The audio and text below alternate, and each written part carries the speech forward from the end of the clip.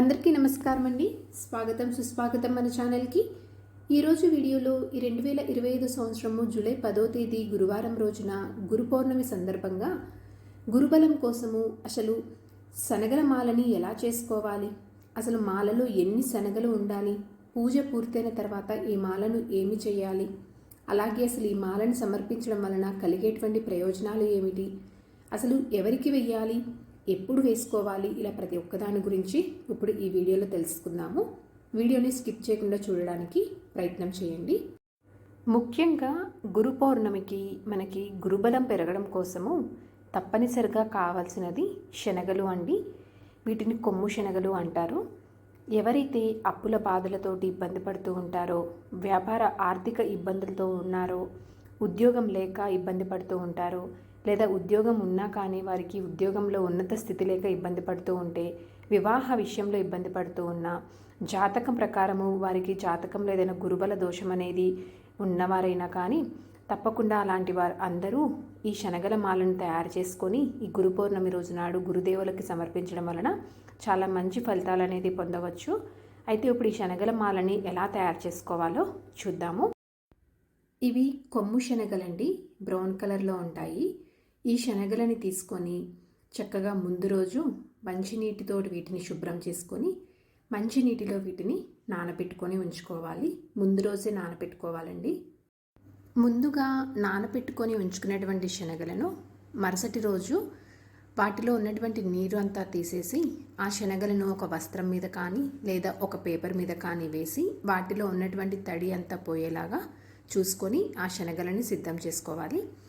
ఇలా తయారు చేసినటువంటి శనగలను ఒక తెల్లటి దారబంతి అనేది తీసుకొని ఆ దారమునకు పసుపు అనేది రాసుకొని ఒక్కొక్క శనగ అనేది తీసుకుంటూ ఇక్కడ వీడియోలో చూపిస్తున్న విధంగా గుచ్చుకోవాలండి. ఇలా శనగల్ని గుచ్చుకునేటప్పుడు మీ యొక్క గురువు నామము కానీ లేదా గురు మంత్రము కానీ స్మరిస్తూ శనగలని గుచ్చుకోవాలి. అయితే ఈ శనగలనేవి ఎన్ని సంఖ్యలో గుచ్చుకోవాలి అంటే కనుక 9 కానీ 11 కానీ 21 కానీ 54 కానీ 108 కానీ ఇలా ఈ సంఖ్యలో గుచ్చుకోవాలండి. ఇలా గుచ్చుకునేటువంటి ఈ శనగల మాలని మీ ఇంట్లో ఉన్నటువంటి గురువుల యొక్క విగ్రహానికి కానీ లేదా గురువుల యొక్క చిత్రపటానికి కానీ సమర్పించాలి. ఒకవేళ మీ ఇంట్లో ఎటువంటి గురువుల విగ్రహం కానీ చిత్రపటం కానీ లేదు అనుకుంటే మీకు దగ్గరలో ఉన్నటువంటి దత్తాత్రేయ స్వామివారి ఆలయానికి కానీ వెళ్ళి లేదా సాయిబాబా స్వామివారి ఆలయానికి కానీ వెళ్ళి అక్కడ ఈ శనగల మాలని సమర్పించవచ్చు. అయితే చాలామందికి ఒక డౌట్ అనేది వస్తూ ఉంటుందండి.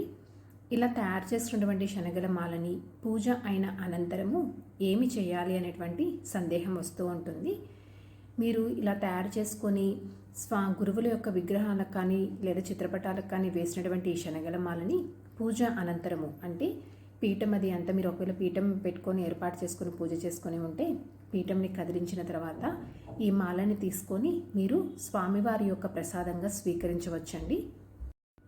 ఈ మాలని అసలు ఎప్పుడెప్పుడు వేసుకోవాలి అంటే కనుక సంవత్సరానికి ఒకసారి వచ్చేటువంటి గురు పౌర్ణమి రోజు అయినా కానీ లేదా ప్రతి గురువారము దత్తాత్రేయ స్వామివారికి కానీ సాయిబాబా స్వామివారికి కానీ సమర్పించడం వలన జాతక ప్రకారంగా ఉండేటువంటి గురుబలంకి సంబంధించిన ఏమైనా దోషాలు ఉంటే కనుక అవన్నీ నివృత్తి అవుతాయండి. గురుబలం అనేది పెరుగుతుంది. సో ఇదండి గురుబలం కోసము గురు పౌర్ణమి రోజు నాడు శనగల మాల అనేది ఏ విధంగా తయారు చేసుకోవాలి, దానికి సంబంధించిన సమాచారం గురించి తెలుసుకున్నాం కదా. ఈ వీడియో మీకు ఉపయోగపడిద్దని అనుకుంటున్నాను. నా వీడియోస్ కనుక మీకు నచ్చినట్లయితే ఒక లైక్ అనేది ఇచ్చి మీ సపోర్ట్ అందిస్తారని ఆశిస్తున్నానండి. ఇంకొక మంచి కంటెంట్ తోటి మిమ్మల్ని మళ్ళీ కలుస్తాను. అంతవరకు సెలవు మరి. సర్వే జన సుఖినో భవంతు. జై శ్రీమన్నారాయణ.